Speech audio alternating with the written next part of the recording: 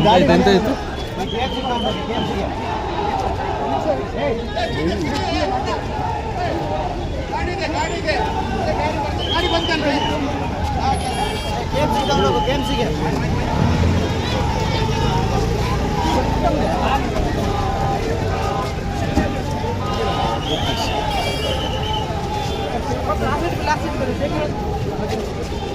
ಹಾಕು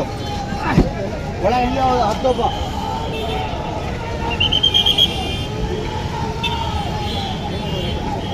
ಏನು ಅವ್ರಿಗೆ ಒಳಗೆ ಆ ಕಡೆ